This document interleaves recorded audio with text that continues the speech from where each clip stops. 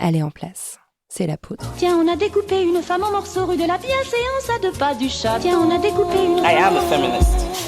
Je vous obsède avec une constance qui appelle quand même l'admiration. D'une façon conforme à ce qu'on attend d'une jeune fille d'abord et d'une femme ensuite. I'm sorry that I didn't become the world's first black classic pianist. Donald Trump.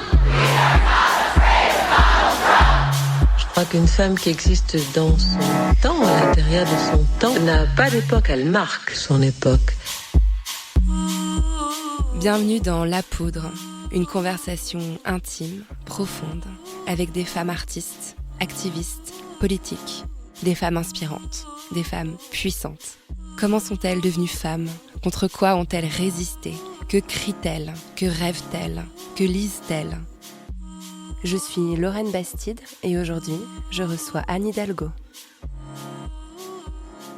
Le féminisme, c'est vraiment ce qui peut faire changer plus radicalement le monde. Je déteste les voitures. Je les hais et je les maudis. Je déteste ce qu'elles représentent, ce signe extérieur de virilité et de richesse à l'obsolescence programmée. Je déteste ce qu'elles produisent, ces particules fines qui rentrent dans les poumons de mes gosses et ce nuage de fog au-dessus de Paris. Je déteste le bruit des klaxons. Quand un ou une automobiliste klaxonne avec nervosité au passage piéton, comme si ce bruit allait accélérer le geste des livreurs qui déchargent le camion, je suis la personne qui va frapper à la fenêtre pour le traiter de tous les noms. Ça défonce les oreilles des piétons, je hurle à chaque fois. Hier soir, le conducteur, un peu contrit, s'est excusé et je l'ai vécu comme une grande victoire. Alors je sais que mon opinion est impopulaire. J'ai aussi bien conscience qu'un grand nombre de travailleurs et de travailleuses, mais aussi de mères célibataires, de parents ou d'enfants de personnes handicapées, ont fondamentalement besoin des voitures dans leur quotidien. Mais depuis que je sais que 80% des trajets en voiture dans Paris sont des déplacements intramuros, que 64% des conducteurs sont issus des classes aisées, et surtout que pour la plus grande partie des trajets, les gens sont seuls dans leur voiture, j'assume mon opinion de manière plus décomplexée et me prends à rêver d'un Paris entièrement piéton, aux trottoirs débordants de verdure. Et vive la RATP. Avec Anne Hidalgo, on a parlé de parité, d'arène et de non-mixité.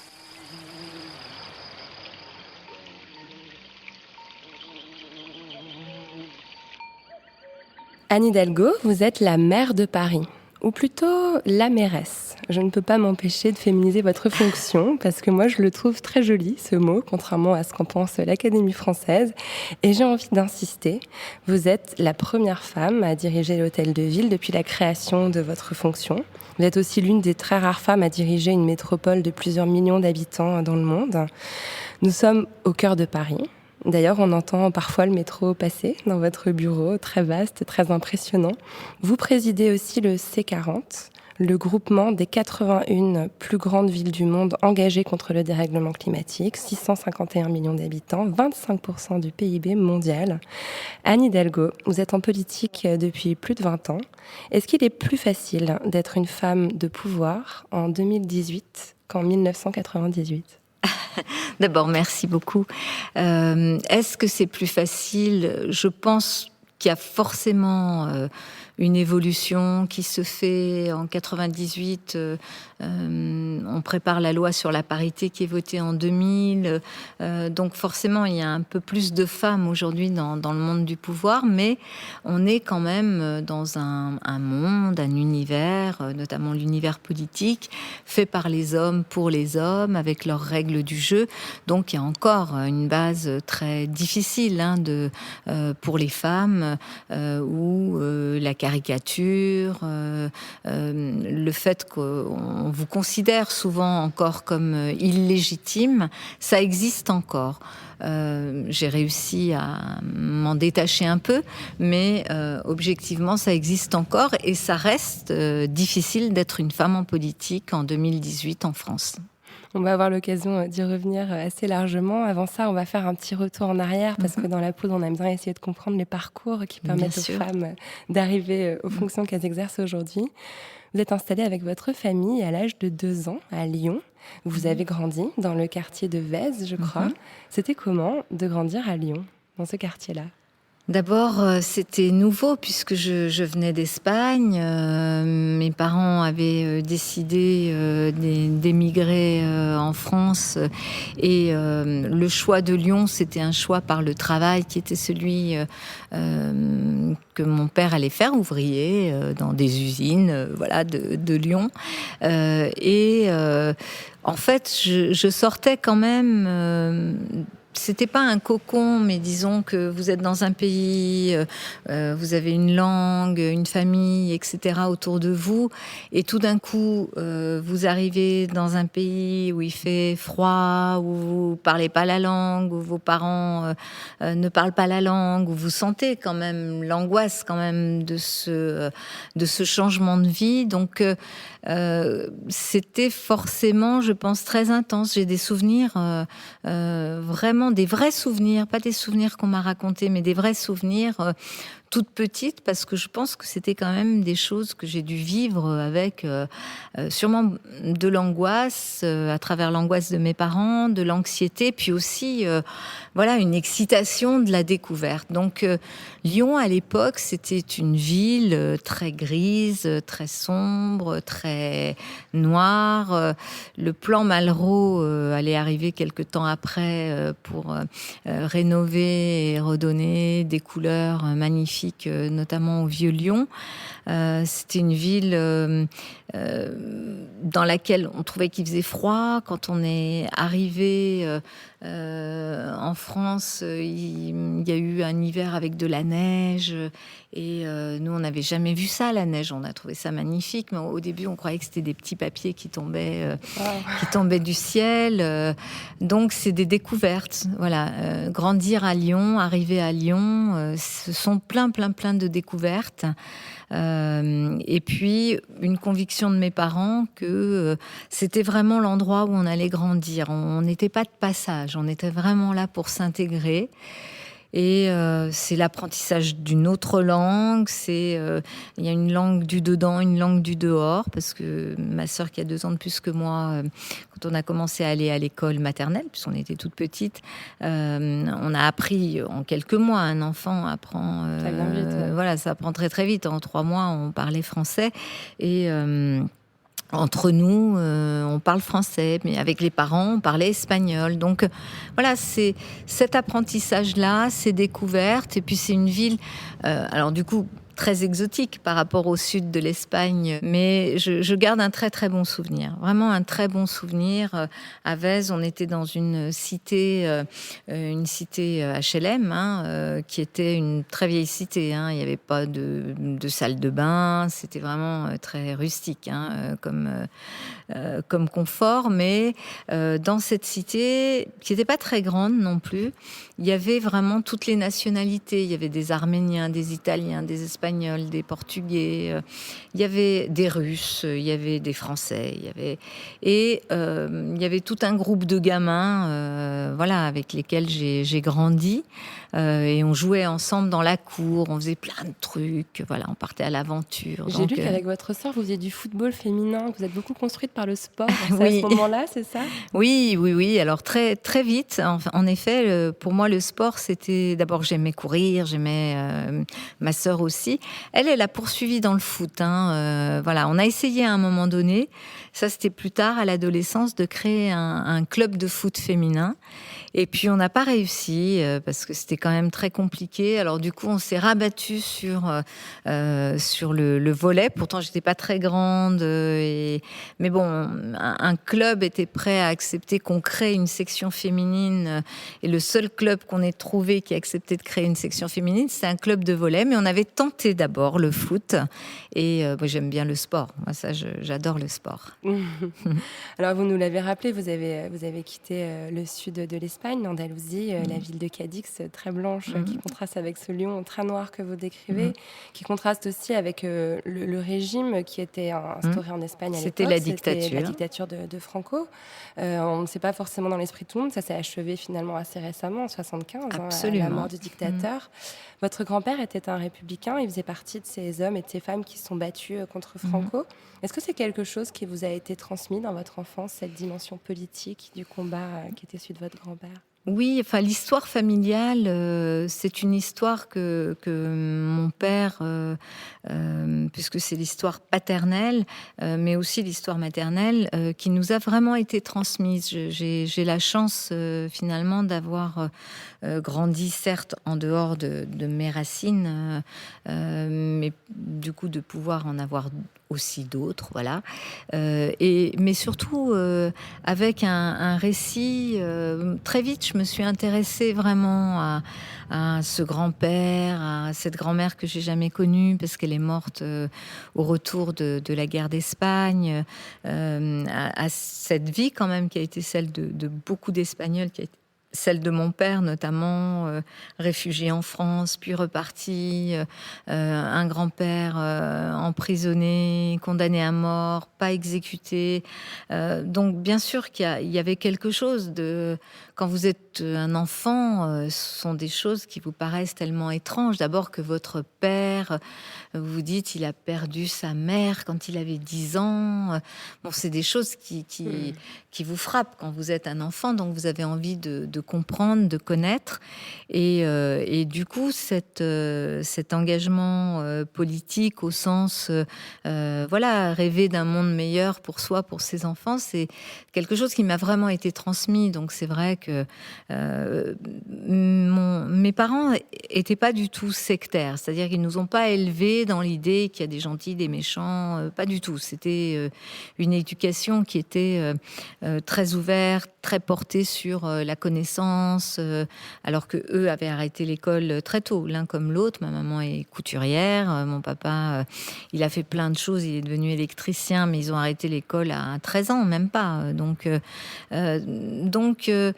ils m'ont plutôt transmis le goût de comprendre, mais dans cette compréhension, forcément, je pense que le fait qu'on soit ailleurs que dans le pays où ils étaient nés, où j'étais née, les a poussés à raconter peut-être plus l'histoire, ce lien. Voilà.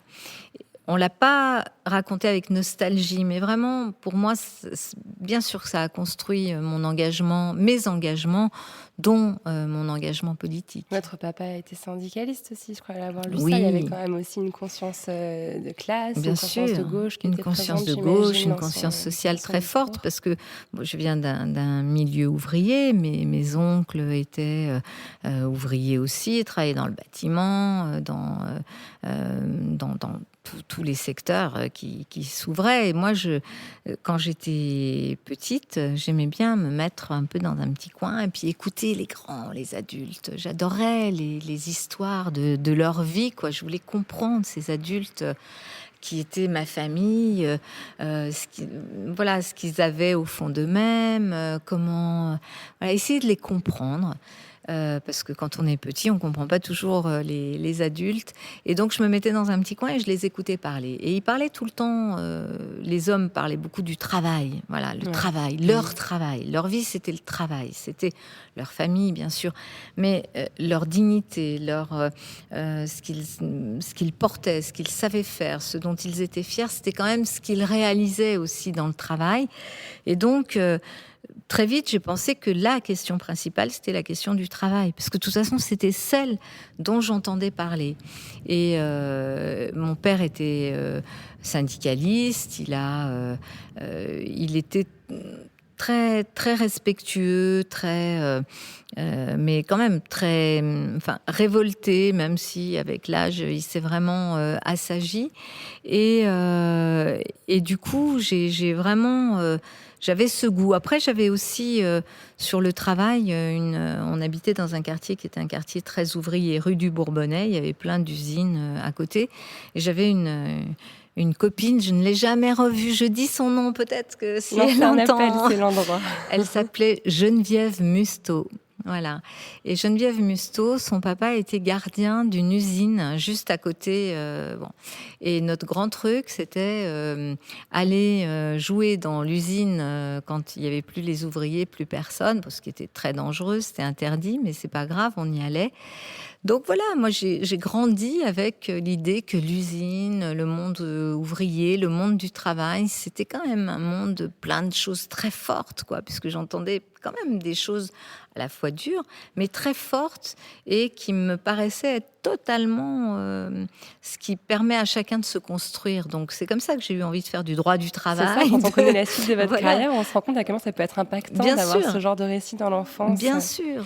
Et votre maman, c'était quel genre de femme ? Ma maman, alors j'ai la chance d'avoir encore mes 2 parents vivants. Ma maman, c'est une très très jolie femme, très élégante, couturière, adorant se faire faire les vêtements. Donc elle nous a appris, ma sœur et à moi, à coudre. Donc on dessinait les vêtements tels qu'on les voulait, elle les découpait, puis après on cousait avec elle. Très joyeuse, même si sa vie était vraiment pas facile, parce qu'il y avait vraiment toute sa famille. Elle était la dernière d'une famille où elle avait que des grands frères, donc elle avait été quand même pas mal chouchoutée dans cette famille-là. Et tout d'un coup, se retrouver comme ça dans un environnement où vous parlez pas la langue, où elle ne travaillait pas à l'extérieur, elle était à la maison. Donc son lien avec l'extérieur, c'était quand même à travers nous, à travers l'école. Elle s'occupait de nous. Donc c'était une maman très très gentille, très attentive, vraiment très douce. Quelqu'un qui dans la tradition espagnole qui pouvait donner l'apparence d'être plus effacée que mon père, mais enfin elle avait quand même plus que sa place, quoi. Donc oui, une andalouse, et puis le côté où on arrive quand même à sortir de plein de situations par l'humour, par la joie, quand même, même si la vie était très dure, une vraie capacité au bonheur, quoi. Donc ça fait du bien. Vous êtes devenue française à l'âge de 14 ans et vous changez alors officiellement de prénom. Anna devient Anne. C'est pas rien de changer de prénom, c'est une forme de seconde naissance, j'ai envie de dire. C'est aussi un peu une forme d'effacement de l'histoire d'une famille, d'une origine. Est-ce que ça correspond à l'état d'esprit d'une autre époque, j'ai envie de dire ? En fait, c'est même pas volontaire. C'est-à-dire que on arrive en France avec l'idée qu'on va y vivre. Mes parents voulaient absolument que ma sœur et moi on fasse des études, donc ils nous poussent, etc. Et ça marchait plutôt bien à l'école, et à la fois dès le primaire, les instits commencent à dire à mes parents, vous savez, si votre projet c'est vraiment de rester en France, pour vos filles, ça serait quand même mieux qu'elles aient la nationalité française. Et mon père, même si à l'époque, il y avait quand même une immigration pour le travail, un besoin d'immigrer pour le travail, donc on n'était pas dans le même contexte qu'aujourd'hui. Il pensait qu'il n'avait pas trop envie qu'on soit, nous, confrontés à des files d'attente à la préfecture pour refaire ses papiers, etc., etc. Et donc, mais dans sa tête, c'était on devient tous français ou pas, quoi. C'était pas les filles et pas les parents, c'était en famille. Donc, il nous parle de cette décision de devenir tous français. On dit oui, ça nous paraît bien. Bon, à l'époque, il fallait abandonner sa nationalité d'origine. Aujourd'hui, on peut avoir la double nationalité. Mais à l'époque, le régime franquiste imposait qu'on abandonne sa nationalité espagnole si on en prenait une autre. Donc, on bascule tous là-dedans. Et le changement de prénom, en fait, il s'est fait sans qu'on nous demande quoi que ce soit, parce que à l'école, on m'a francisée sans même que je demande à franciser. C'est-à-dire, c'est les instits qui m'appelaient Anne. Très bien, pourquoi pas, ça ne m'a même pas choquée, parce que pour moi, il y avait dans la famille, dans l'intimité familiale, c'était l'espagnol, on parlait espagnol, mais à l'extérieur, c'était la langue du pays, c'était le français. Donc ça me paraissait totalement logique que j'ai aussi un prénom pour l'extérieur et un pour l'intérieur. Et donc, quand les papiers sont faits, c'est précisé comme ça, et y compris mon papa se retrouve avec Antoine alors que c'est Antonio. Voilà. Donc, mais ça ne nous choque pas, ça me pose aucun problème. Il n'y a pas d'abandon de quelque chose. Il y a, on adhère à une nationalité qui nous est attribuée et qu'on a voulu, qu'on a souhaité. Donc, on n'est pas dans quelque chose. Enfin, en tous les cas. Enfant, peut-être que pour mes parents, il y avait la réflexion on n'est plus espagnol. Peut-être qu'ils ont eu cette réflexion-là, mais ils étaient très très fiers de devenir français. Donc voilà. Puis on a fait ça collectivement. Donc je me souviens vraiment du jour où on a eu le décret publié avec la nationalité, où là, mon père est revenu avec les photocopies certifiées conformes. Je les ai toujours à la maison avec les timbres collés comme ça. C'est tapé à la machine où ça fait des trous quand vous tapez les vieilles machines. Et il nous a dit ne perdez jamais ça. Donc on n'a jamais perdu ça. Oui.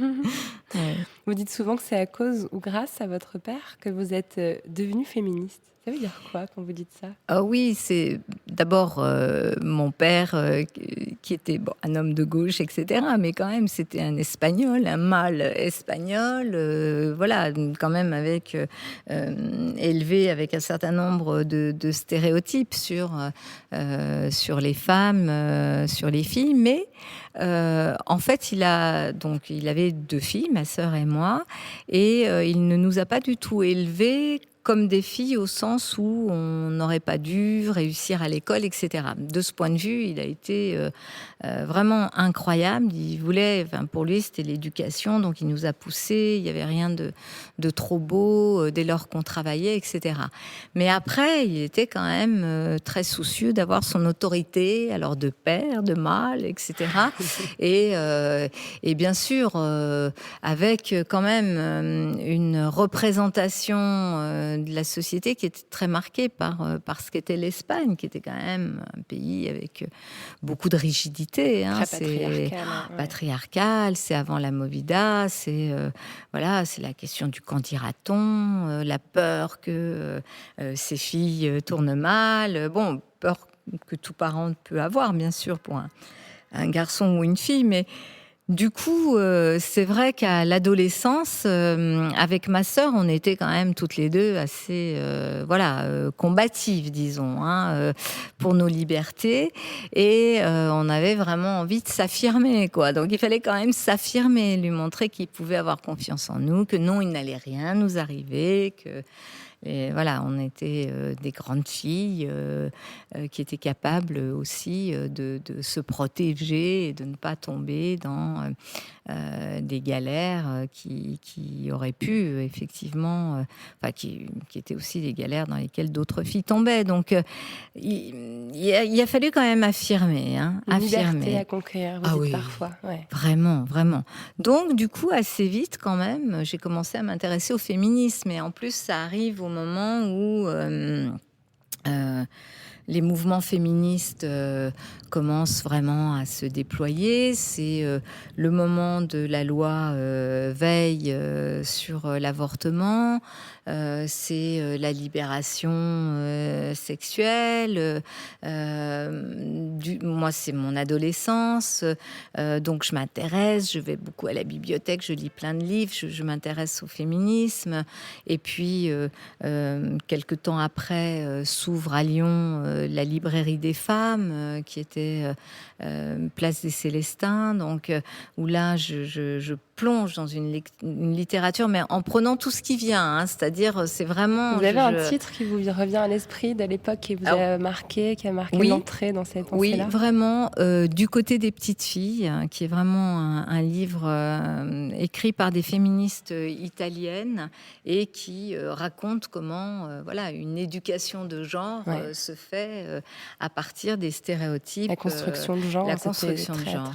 Et ce livre c'était un tout petit livre, je me souviens, mais c'était vraiment un très beau livre. Puis après, il y avait aussi Anaïs Nin. Voilà, je me mets à lire absolument tout ce qui me tombe sous la main et bien sûr Simone de Beauvoir.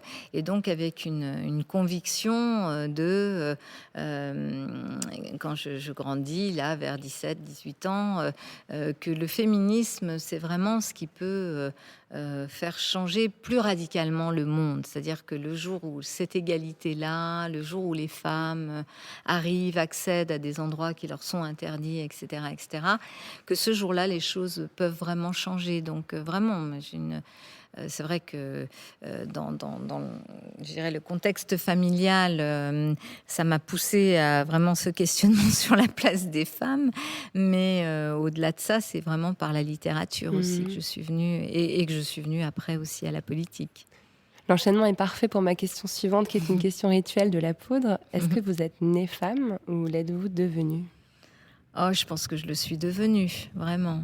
Je suis devenue parce que en observant, en regardant, en ne comprenant pas la différence entre les filles et les garçons, en comprenant pas pourquoi on nous disait des choses différentes, pourquoi on était assignés à des rôles aussi différents.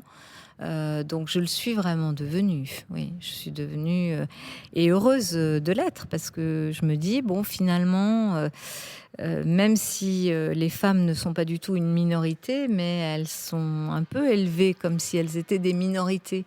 Et je trouve que bon, c'est dur parce que bien sûr, ça vous oblige à surmonter beaucoup d'obstacles qui sont liés à ce que vous êtes. Mais du coup, quand vous arrivez à les surmonter, ça donne aussi une force. Donc, je trouve que j'ai eu de la chance. Vous avez fait de brillantes études, donc dans le droit du travail. Vous êtes devenue inspectrice du travail à seulement 23 ans. C'est un record. Vous êtes alors la plus jeune de France. Vous quittez Lyon. Vous arrivez à Paris. Yes. Vous avez 24 ans. Est-ce que vous vous souvenez de la jeune femme que vous étiez à l'époque ? Quels étaient vos rêves, vos aspirations ? À quoi vous rêviez ? Ah, moi, j'étais une idéaliste.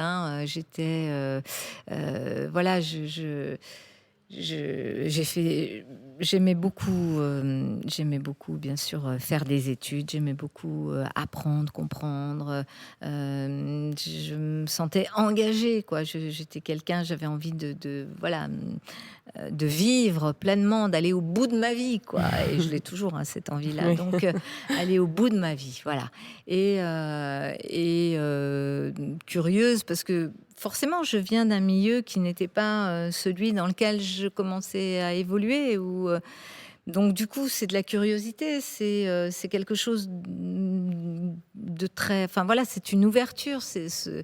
Moi, j'ai pris ça un peu comme des expériences, une succession d'expériences, de chances. Et Paris, en fait, j'en rêvais depuis longtemps. C'est-à-dire, pour moi, cette ville, elle était extraordinaire, mythique. On ne parlait que de Paris. Lyon n'était pas très belle. Enfin, c'était une belle ville. Il n'y avait pas encore cette compétition qui pourrait un peu y avoir aujourd'hui entre les grosses villes de France. Il y avait ça, parce que les Lyonnais ils le sont restés d'ailleurs un peu quand même, même s'il y a beaucoup de Lyonnais à Paris. Mais en même temps, quand même, Paris, on était encore dans la France très, très, très centralisée, où tout se passait ici. Moi, je me souviens, pendant mes études, je me disais, si j'étais à Paris, j'irais voir Sartre, j'irais voir... Enfin, voilà, je me faisais mes rêves d'étudiante où je me disais, j'irais les voir, j'irais discuter avec eux, j'essaierais... des choses qui n'existaient pas à Lyon. C'est-à-dire, c'était quand même des milieux beaucoup plus fermés. Alors, une impression que depuis Paris, on peut changer la société, changer le monde, déjà presque une envie d'agir sur le politique. C'était pas conscient, sûrement, mais en tous les cas, de me dire, c'est là-bas que ça se passe. Alors, ça se passe quoi ? J'en sais rien, mais tout. Voilà, tout ce qui m'intéressait avait l'air de se passer à Paris. Donc, quand j'ai été nommée en région parisienne, dans le Val-de-Marne. J'ai pris ça comme une chance inouïe, quoi. Je pensais pas du tout à m'engager dans une carrière politique ou je ne sais quoi, mais je suis arrivée ici et là, c'est la découverte de cette ville en tant que Parisienne. J'étais parisienne, c'était mon rêve de toujours d'être parisienne et de venir découvrir cette ville à pied, en marchant, en allant partout, en me sentant, mais vraiment, en comprenant cette ville. Puis je trouvais que c'était une ville où il y avait beaucoup d'opportunités, parce que finalement, ce que j'avais vécu à Lyon, qui était quand même chaque milieu social, était bien à sa place. Bon, j'avais une vie d'étudiante super sympa, hein, j'ai gardé vraiment beaucoup de mes amis de Lyon de cette époque.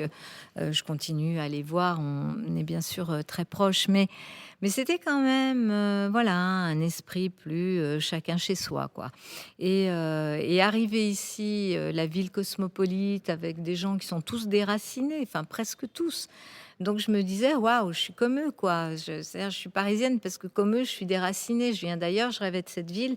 Et c'est là que j'ai envie de vivre, c'est là que j'ai envie de grandir encore, d'y avoir des enfants. Donc c'était une découverte, mais une découverte. Enfin, je garde ça, hein, vraiment, cet état d'esprit dans mon rapport à Paris.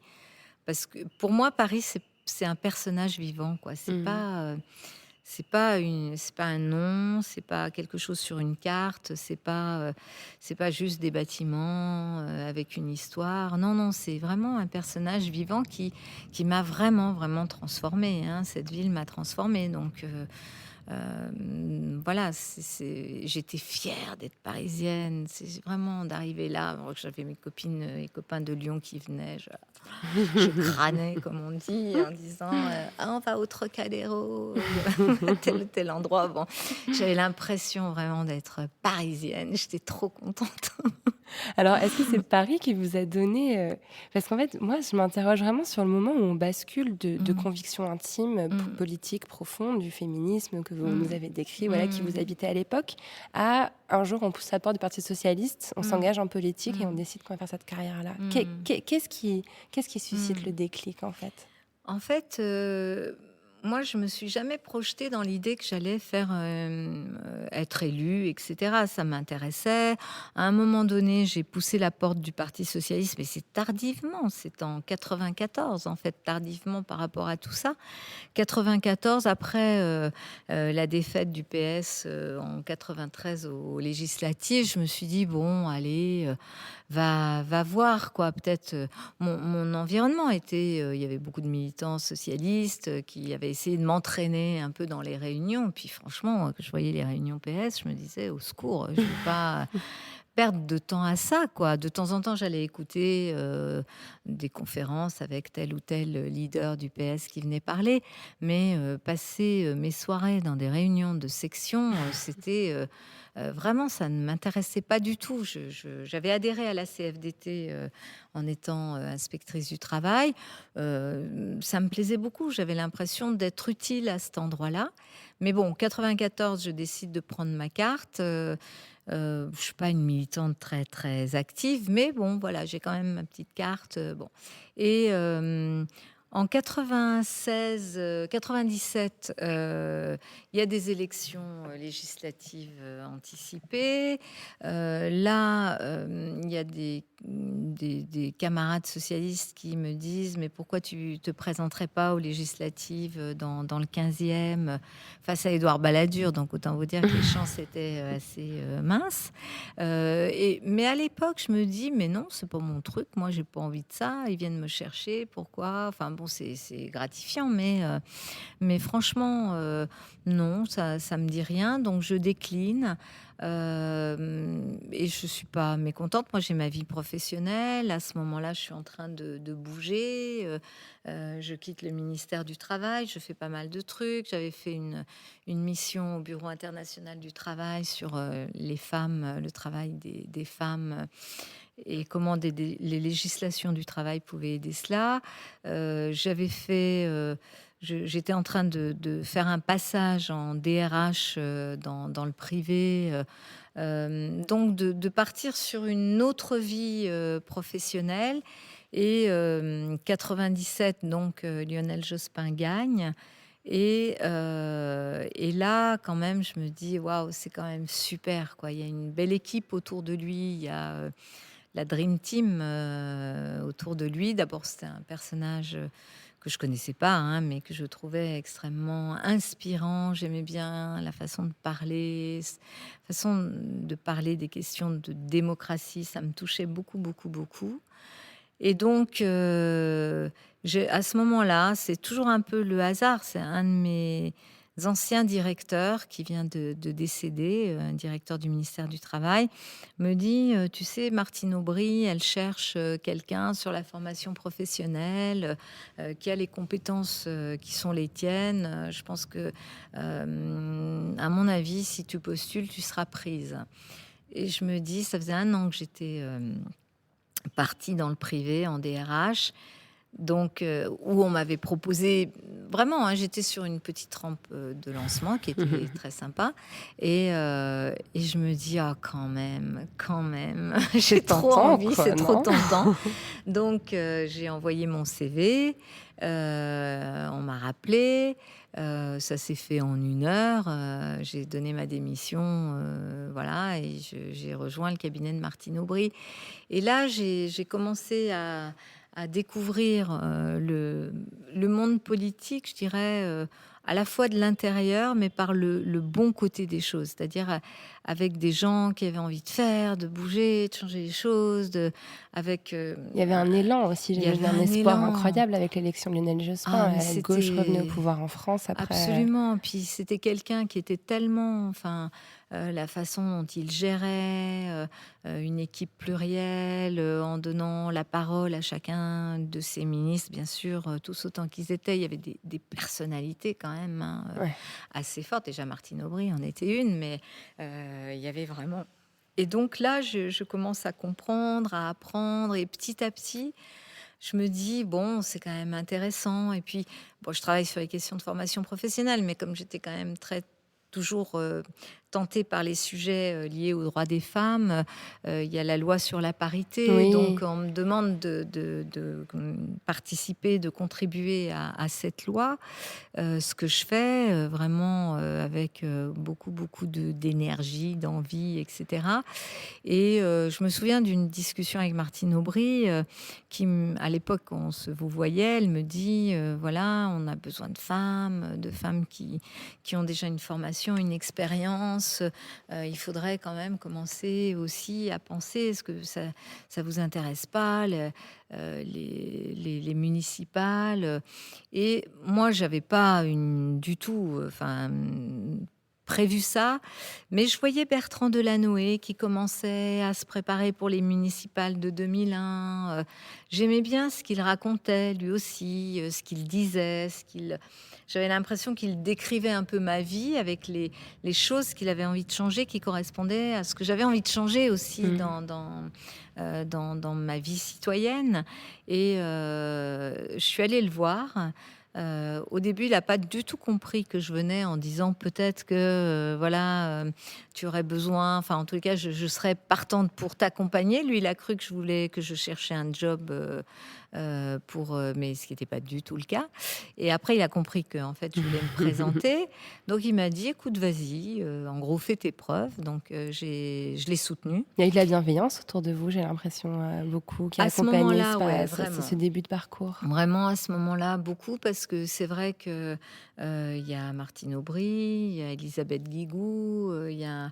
Vous avez été au cabinet de Nicole Perry aussi? Nicole Perry, qui a été secrétaire d'État aux droits des femmes. Voilà, elle dépendait de Martine Aubry, et elle s'occupait du droit des femmes et de la formation professionnelle. Donc j'étais dans un environnement qui était de gens qui avaient, et puis de femmes qui avaient envie quand même de... Une solidarité féminine, on pourrait parler de ça? Je pense qu'il y avait vraiment ça à ce moment-là. Après, avec des rivalités, parce qu'elles existaient aussi, mais je pense que c'est un moment où, quand la loi sur la parité est en train de s'élaborer, où il y a quand même une première parole qui se libère, Et il y a des personnalités, Elisabeth Guigou, bien sûr, qui avait joué un rôle fondamental. Il y avait Marie-Lise Lebranchu aussi, avec qui j'ai travaillé après. Elle a été ministre de la Justice et j'étais à son cabinet. Donc, il y avait... ces femmes-là ont été quand même très accompagnantes, très bienveillantes. C'était quand même un moment de tension. Enfin, je veux recontextualiser pour les auditrices et auditeurs qui sont peut-être un peu jeunes pour se rappeler de ce débat dont moi, je me souviens en 97. Il y a 20 ans. Donc, c'est une loi qui instaure l'obligation pour les partis politiques d'avoir 50% de femmes sur leur liste électorale, quelque chose qui est encore allègrement ignoré par de nombreux partis aujourd'hui. Et à l'époque, il y a un combat vraiment intense qui se joue entre même certaines féministes qui disent « Mais attendez, c'est quoi ? C'est dire que les femmes ne sont pas assez bonnes, ne sont pas assez fortes, qu'il faut les aider, qu'il faudrait des quotas, au secours, c'est essentialiste. » Enfin, il y a eu quelque chose qui s'est cristallisé très très fort autour de cette loi. Il y a eu un débat qui était effectivement une partie des femmes disant « Mais non, il faut qu'on réussisse par nous-mêmes, etc. etc. » Et les autres qui disaient en fait, par nous-mêmes, il faudra attendre peut-être 600 ans avant qu'on arrive à quelque chose. Donc, il faut forcer le destin. Et la loi est là aussi pour forcer le destin. Donc, mais ce qui s'est produit qui était assez intéressant. Moi, j'avais contribué à la place qui était la mienne, c'est-à-dire là, en cabinet ministériel, à créer quand même des passerelles avec les femmes de droite, femmes de gauche, créer des passerelles avec toutes les conseillères des cabinets ministériels qui étaient notamment de près ou de loin concernées par la question de la parité. Donc, on avait créé quand même un certain nombre de réseaux pour appuyer, trouver des alliances, parce qu'il fallait vraiment des alliés pour porter cette loi. À l'Assemblée, il y a eu des propos incroyables, des propos incroyables sur les femmes. Il y a eu des très beaux discours. Christiane Taubira, je me souviens d'un de ses discours à l'Assemblée, magnifique, comme toujours, mais voilà, sur l'égalité, sur la parité le jour du vote de la loi. Donc, on a, je pense, réussi à dépasser les clivages politiques avec des femmes. Il y avait des femmes comme Roselyne Bachelot, Marie-Jo Zimmermann, beaucoup de femmes qui ont participé quand même parce qu'elles savaient ce que c'était elles-mêmes dans leur famille à droite aussi. Ouais. Et donc, on a réussi à dépasser toutes ces critiques, mais ça a été très violent. D'ailleurs, au début, je me souviens, ça c'était très drôle, il y avait tout un combat, y compris à gauche, pour que la parité, ça soit pas 50%, qui est une première étape à 40%. Symboliquement, ça aurait été problématique. Ça aurait été problématique, mais à l'époque, on avait bataillé, on avait vraiment fait pousser. Et je me souviens le jour où le Conseil des ministres sur la loi sur la parité va sortir, où on n'a pas l'arbitrage final de Lionel Jospin. La une de Libération, c'est un premier pas à 40%. C'est-à-dire que tout le monde était convaincu que ça n'irait pas à 50% dès la première loi. Et heureusement, Lionel Jospin, je sais que Sylviane Agacinski avait aussi joué un grand rôle là-dedans. Son épouse. Lionel Jospin dit la parité, c'est 50-50. Elisabeth Guigou a été aussi de celles qui a vraiment pesé dans la balance. Mais donc, voilà, il y avait un combat politique féministe incroyable et passionnant. Fort, très fort et passionnant. Moi, j'ai vraiment vécu cette période et cette loi. Enfin, pour moi, ça a été un bel apprentissage aussi, parce que vous êtes à un endroit de rêve, un endroit inouï pour comprendre, apprendre. Bon, après, il y a la défaite de 2002, ça c'est tragique, le drame, bref, tout ce qu'on veut. Mais les 5 ans de Jospin ont été incroyables, un moment incroyable. Vous avez publié en 2006 un livre d'entretien avec votre directeur de cabinet, Jean-Bernard Senon, qui s'appelle « Une femme dans l'arène ». Je vous avoue que j'ai médité longuement sur le titre. C'est quand même intéressant parce qu'à la fois, vous convoquez votre féminité quand même, ce qui n'est pas évident. Quand on voit les titres de femmes politiques, c'est plutôt l'inverse qui est fait en général. Absolument. On cherche plutôt à le faire oublier. Puis bon, la reine, sans faire de blagues sur vos origines, ça évoque aussi le combat, l'adversité.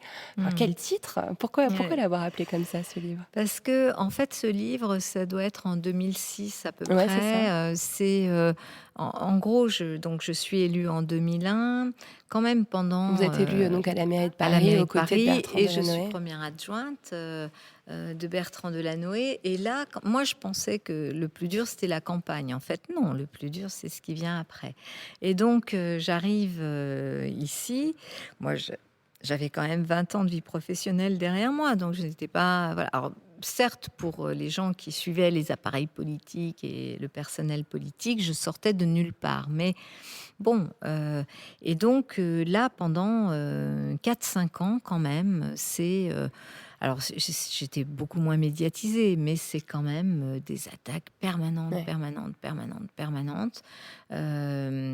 avec vraiment, là, pour le coup, il y a pas beaucoup de bienveillance et je me dis chaque jour, mais vraiment chaque jour pendant 4-5 ans, qu'est-ce que je fais ? Je reste ou je pars ? Parce que si c'est pour passer mon temps à essayer de justifier... Esquiver les coups. Esquiver les coups et justifier pourquoi je suis légitime à être ici, j'ai peut-être autre chose de mieux à faire. À ce moment-là, d'ailleurs, on me repropose de partir en entreprise sur un joli poste, etc. etc. Et puis, je réfléchis vraiment, je prends le temps. Et au bout d'un moment, donc en 2005, je me dis non, il n'y a aucune raison. Je me sens armée pour rester. Je comprends, j'ai compris. Et puis je vois qu'en fait, il y a plein de femmes qui sont dans le même état d'esprit que moi, c'est-à-dire pleines d'énergie, d'envie, avec leurs défauts. Les femmes ont plein de défauts aussi, bien sûr, comme les hommes. Mais je les voyais toutes se dire, moi j'arrête.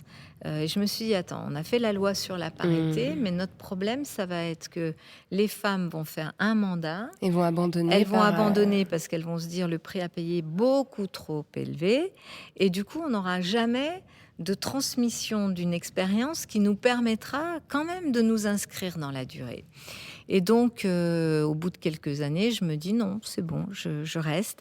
Et ce bouquin vient un peu pour raconter ça, quoi. Votre entrée dans l'arène. Ouais, l'entrée dans l'arène. Ouais, absolument. Il va falloir se battre. Oui, et puis de dire, voilà, j'ai compris comment ça se passe.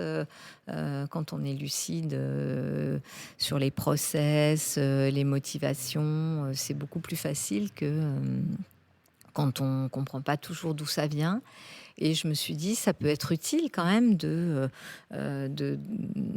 parler de cette expérience, parce que peut-être qu'il y a des femmes ou de mon âge ou plus jeunes à qui ça pourra être utile, à qui ça pourra peut-être faire gagner du temps. Ouais.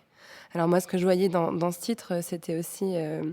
j'ai oublié le nom, comment ça s'appelle, les pics qu'on plante dans le dos des taureaux. Oui, les picadors. Voilà. Parce que c'est les bandérilles. Les bandérilles, voilà le mot que je cherchais.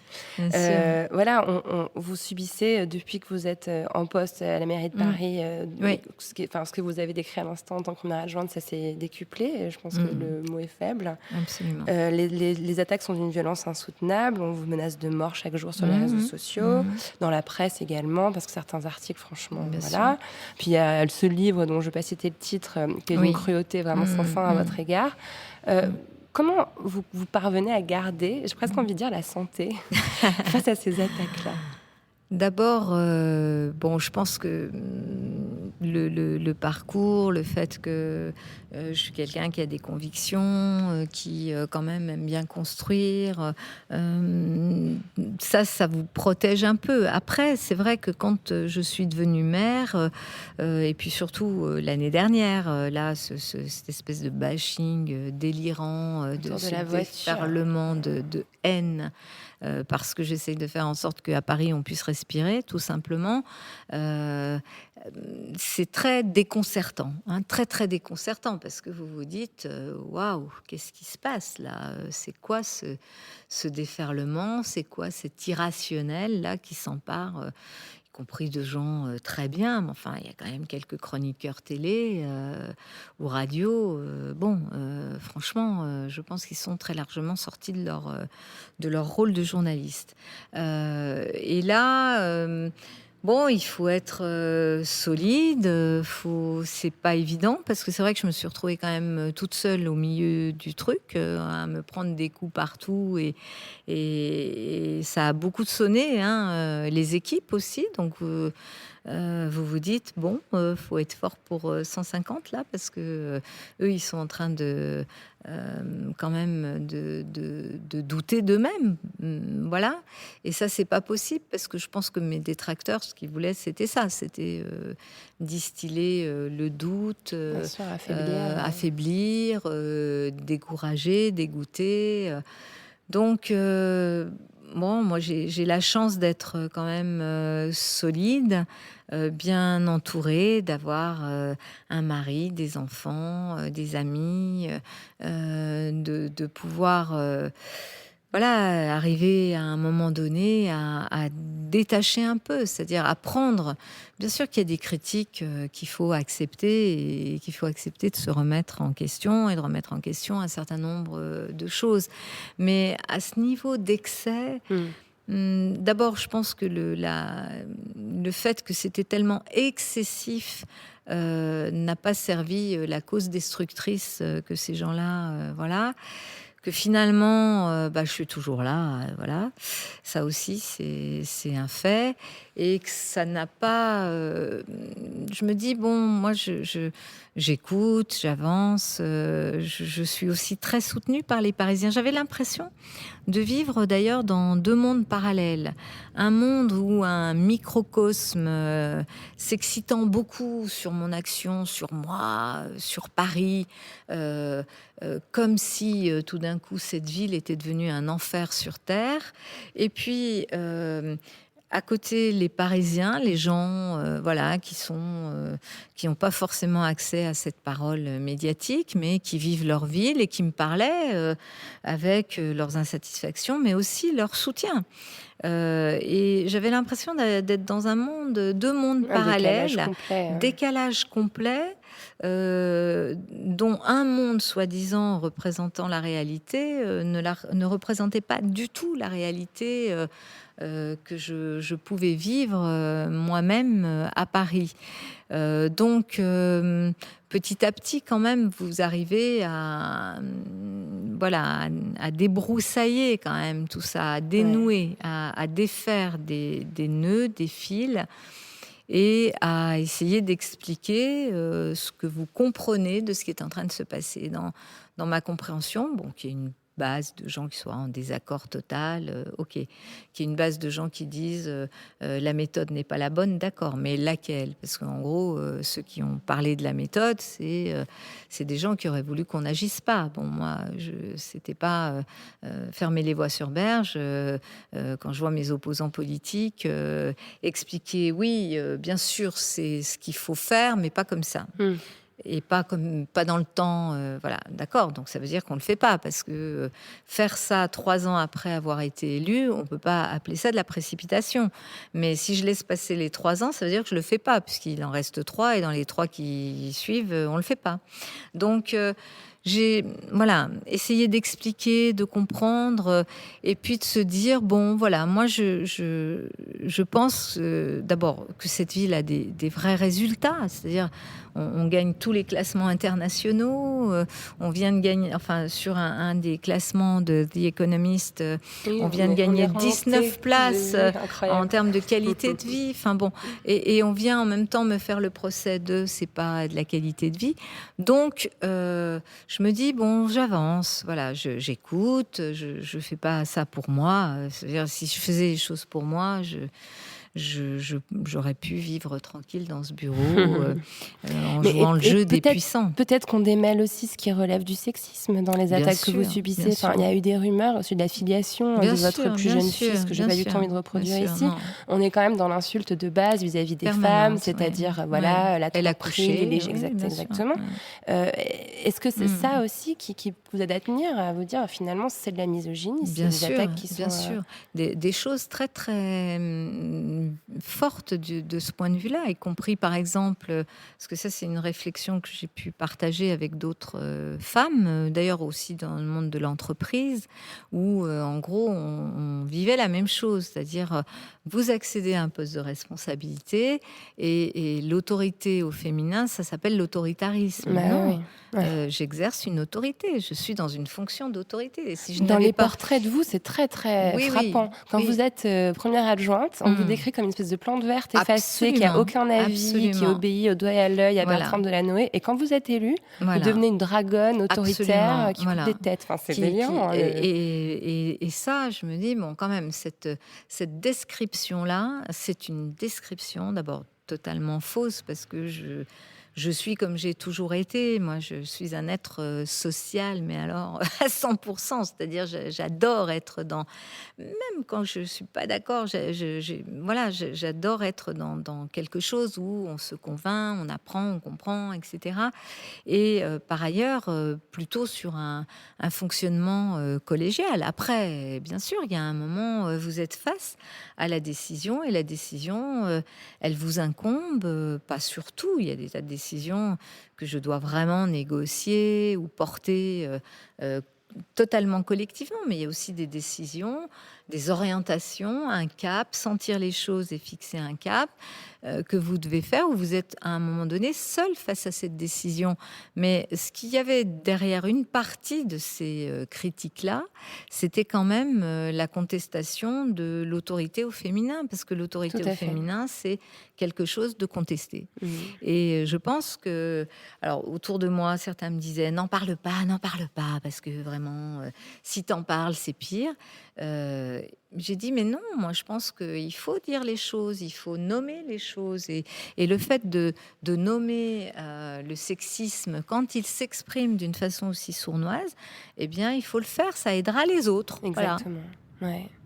Bon, en tout cas, mes bronches, mes enfants, vous remercie pour ce que vous faites contre la voiture. Alors vraiment, vous avez mon soutien le plus absolu de ce côté-là. Et j'ai absolument pas envie de passer en revue les polémiques, parler de grandes roues de Vélib, tout ça, on s'en moque. Le temps de la poudre est précieux. Par contre, dans la poudre, on parle de féminisme. Et il y a une polémique qui touche en plein cœur cette question, celle qui vous a opposé au festival Nyam Sapo, que l'organisation afroféministe Moissy a organisé à l'été 2017. Ouais. Moi, j'ai pas compris. C'est vrai. En tant que féministe, j'ai été déçue et j'ai été blessée que vous sembliez vous opposer à la tenue de réunions non mixtes, alors qu'en plus vous avez suivi le MLF à l'époque et vous savez certainement que c'était une technique qui était assez approuvée à l'époque. Et surtout, j'ai été blessée que vous relayiez un vocabulaire qui n'est pas employé par ces militantes, qui est plutôt celui d'une forme de fachosphère. Dire qu'un atelier est réservé aux femmes noires, ça ne veut pas dire qu'il est interdit aux blancs. Est-ce que si c'était à refaire, vous le referiez différemment ? D'abord, ça m'intéresse beaucoup ce que vous dites. Il y a l'expression, le sentiment qui est le mien sur la mixité, qu'il y ait des endroits où les femmes se retrouvent entre elles parce qu'elles vont parler des violences faites aux femmes et qu'elles n'acceptent pas, et elles ont raison à ce moment-là d'avoir une présence masculine. Ça ne me choque pas, bien sûr. Et bien évidemment, dans le féminisme tel qu'il s'est construit, il y a tout ça. Ce qui me choque, c'est lorsqu'on y intègre des éléments de couleur de peau, d'origine. Ça me choque profondément. Ça vous choque encore ? Ah ouais, ça me choque encore profondément. En quoi le fait que moi, en tant que femme, je rencontre des difficultés de femmes, en quoi cela m'interdirait de participer à un endroit où c'est selon l'origine qu'on va réunir des femmes. Donc le mot réservé n'est pas le bon, ça je suis d'accord. Interdit plutôt. Ou interdit, enfin en tous les cas, il faut le vocabulaire faire très très attention, et vous avez raison sur la façon dont la fachosphère utilise ça. Mais si vous comprenez qu'une femme peut avoir pas envie de parler de viol devant un homme, peut-être que vous pouvez comprendre pourquoi une femme noire ne veut pas parler de racisme devant une femme blanche. Ça peut l'inhiber, Ça, j'ai beaucoup plus de mal. Ça, je n'arrive pas. Pour moi, c'est-à-dire le fait d'être une femme, ça doit transcender, en fait. Bien sûr qu'une femme noire est beaucoup plus discriminée qu'une femme blanche. Ça, c'est clair. C'est une évidence. J'ai subi le racisme en étant plus petite, gamine. J'ai subi le racisme quand je me suis faite traiter de sale arabe parce que je suis très brune et qu'effectivement, on peut se dire que je suis née de l'autre côté de la Méditerranée assez facilement. J'ai subi aussi ce racisme-là étant gamine. J'ai subi des contrôles de police où, comme par hasard, c'était moi la plus brune qui, quand j'étais étudiante, qui se faisait contrôler, et mes copines blondes ne se faisaient pas contrôler. Et je sais que pour les femmes afro-descendantes, c'est 100 fois ça. Voilà, 100 fois ça. Et que forcément, ça doit pouvoir s'exprimer, se travailler. Mais je n'arriverai...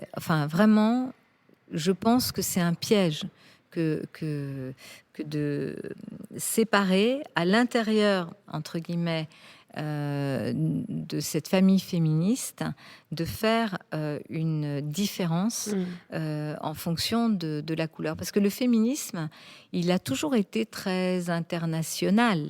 Il porte les luttes sur les droits fondamentaux, sur les droits économiques et sociaux et l'autonomie.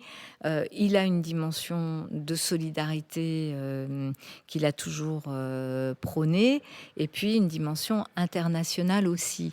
Et là, je me suis dit, c'est quelque chose, en tout cas moi, qui me heurte, parce que je ne vois pas en quoi ça...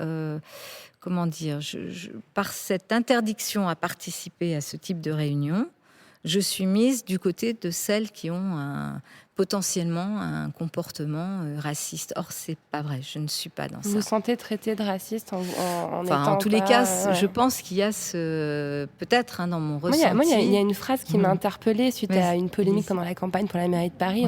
On a quand même parlé de votre duel contre Nathalie Kosciusko-Morizet, d'un combat entre une star et une concierge. Absolument. On est dans le racisme, le classisme, c'est une violence inouïe. De classe. Voilà, vous avez réagi d'une pirouette en saluant les concierges parisiennes qui sont les vraies stars de la capitale. Voilà. Et depuis, je fais une gardienne partie. Partie, c'est pas mal. Plusieurs gardiennes parties et à vous Paris. Avez dit, donc merci Nathalie Kosciusko-Morizet. Merci Nathalie. J'ai eu la chance de me construire avec une certaine fierté de mes origines. Vous avez dit cette phrase-là. Vous n'avez pas l'impression que cette fierté-là, on la nie à certaines filles, et d'ailleurs garçons, d'immigrer aujourd'hui? Peut-être que... Est-ce qu'on peut être fier d'être algérien, d'être marocain, comme vous avez pu être fier d'être espagnol? Et je pense qu'il faut vraiment aider à cultiver la fierté des origines, parce que bien sûr que c'est ce qui leur est nié. Je pense que dans la difficulté de se construire, y compris de se sentir... c'est même pas intégré, puisque quand vous êtes français, que vous êtes né en France, que vous avez une couleur ou un teint de peau différent, on ne devrait pas vous faire sentir de différence. Or, ce qui est souvent mis en avant, c'est le patronyme, c'est la couleur. Donc bien sûr qu'on a tout fait pour... empêcher qu'il y ait cette fierté des origines. Et moi, quand je discute, quand je vais parfois dans les quartiers ou ailleurs, je parle de ça, de cette fierté. Pour moi, cette fierté des origines, c'est de reconnaître quand même à chacun le courage que ses parents ont eu. Et souvent, quand j'ai parlé à ces jeunes ou moins jeunes, je leur ai dit, voilà, moi, quand j'ai eu 30 ans, c'est-à-dire l'âge qu'avaient mes parents quand ils ont quitté l'Espagne, je me suis dit, imagine-toi maintenant. tu pars dans un pays où tu ne parles ni la langue, tu n'as pas de filet de sécurité, tu pars avec 2 gamins en bas âge, et tu pars comme ça en te disant on va chercher quelque chose de meilleur. C'est un courage inouï. C'est-à-dire que ces gens-là sont des héros. Et jamais on a parlé des parents d'enfants d'immigrés de cette façon-là aux enfants, parce qu'on les a toujours... on n'en parle certainement pas encore comme et ça encore aujourd'hui. Pas aujourd'hui. Et on en parle avec une forme de condescendance. Mais peut-être ce qui me marque le plus, c'est que je pense que la différence sociale, bien sûr que si on y ajoute une question de handicap, de couleur, d'origine, tout ça va aggraver. Mais je pense que la question sociale, elle reste fondamentale. Ouais. Elle reste fondamentale. C'est pour ça que je suis toujours un peu heurtée quand on essaye, à l'intérieur d'une question qui est quand même sociale, de trouver des espèces de cloisonnement de cette question qui ne donnent pas de la force. Bien sûr qu'il faut se construire dans la compréhension de ce qui vous arrive par rapport à cette origine. Voilà. Mais en même temps, je ne suis pas sûre que l'isolement dans ce combat soit ce qui vous permette, non pas de vous en sortir, parce que la question de s'en sortir, ça ne veut rien dire. C'est juste de pouvoir vivre avec dignité, d'affirmer ce qu'on est avec dignité. Je pense qu'on a plutôt besoin de créer des alliances que de créer des compartiments étanches. Merci pour votre réponse. J'ai encore plein de questions à vous poser. Votre conseiller frappe à la porte, donc on va aller directement aux 3 dernières questions de la poudre, qui sont les questions rituelles. Anne Hidalgo, comment vous entendez-vous avec votre utérus ? Très bien, super bien. Je l'écoute, voilà. En tous les cas, non, très bien. Je pense qu'il rythme très très bien, voilà, ma vie, et je me suis toujours très bien entendue avec lui. Ouais. Félicitations, c'est pas évident pour toutes les femmes. Non, mais c'est vrai. Je pense que voilà, il faut le comprendre, l'apprendre, là aussi, et bien sûr vivre bien, très bien avec. Alors, Anne Hidalgo, cet immense bureau chargé d'histoire, vous l'occupez pleinement, on le voit, on le sent en étant ici, mais c'est pas chez vous, c'est pas votre chambre à vous. Est-ce que vous y avez accès à cette chambre-là ? Est-ce qu'il vous reste du temps et de l'espace pour y accéder ? C'est compliqué, mais j'aime bien quand j'arrive à m'isoler. J'aime bien, en tous les cas, moi j'ai besoin de ce temps-là. J'ai besoin d'un temps, pour moi, en tous les cas, pour réfléchir. Alors c'est un temps que cette chambre-là, ça peut être la lecture des romans, ça peut être le cinéma. Ce ne sont pas des évasions, ce sont des choses qui vont me permettre sûrement de mieux comprendre encore ce que je suis, ce que j'ai envie de faire, comment le faire. Donc j'essaye de me dégager ce temps-là. De temps en temps, je m'énerve un peu en disant à mes équipes stop, quoi, quand j'étouffe, parce qu'il y a des moments où j'ai l'impression d'étouffer, vraiment, et je leur dis stop, là j'étouffe. Donc voilà, j'ai besoin d'un vide, de faire un vide, et ce vide-là, ça peut être toute seule, j'aime bien être toute seule, mais ça peut être aussi dans une compagnie qui est une compagnie douce qui me permet de poser quelque chose, voilà. Ça évoque quoi pour vous, la poudre ? La poudre... La poudre d'escampette. Ah, pas mal. Moi, ça évoque plutôt la poudre d'escampette, c'est-à-dire vraiment ce qui, voilà, vous permet aussi de vous échapper, d'aller ailleurs, là où vous avez envie d'être. Merci beaucoup, Anne Hidalgo. Merci à vous. Merci à Anne Hidalgo d'être venue faire parler la poudre avec moi. La Poudre est une émission produite par Nouvelles Écoutes. Elle est réalisée par Aurore Meyer-Mailleux, avec à la préparation et à la prise de son Zisla Tortello, à la programmation Laura Cuissard et au mixage Laurie Galigani. Le générique est une variation sur la chanson L'appétit de Bonnie Banane. Vous aimez l'émission ? Je vous aime aussi. Et s'il vous plaît, dites-le moi avec des étoiles, 5 de préférence, sur l'application Apple Podcast. Cela aide la poudre à essaimer. Pour faire parler la poudre sur les réseaux sociaux, rendez-vous sur Instagram @lapoudretv, sur Twitter @lapoudrene et sur Facebook sur la page La Poudre Podcast. La Poudre, c'est aussi une newsletter à laquelle vous pouvez vous abonner sur le site nouvellesécoutes.fr, puis cliquer sur La Poudre. Cela sera l'occasion de découvrir Bouffon, Queer, Commencer, Quoi de Meuf, Splash, Vieille Branche, bref, toutes les émissions merveilleuses que nous produisons.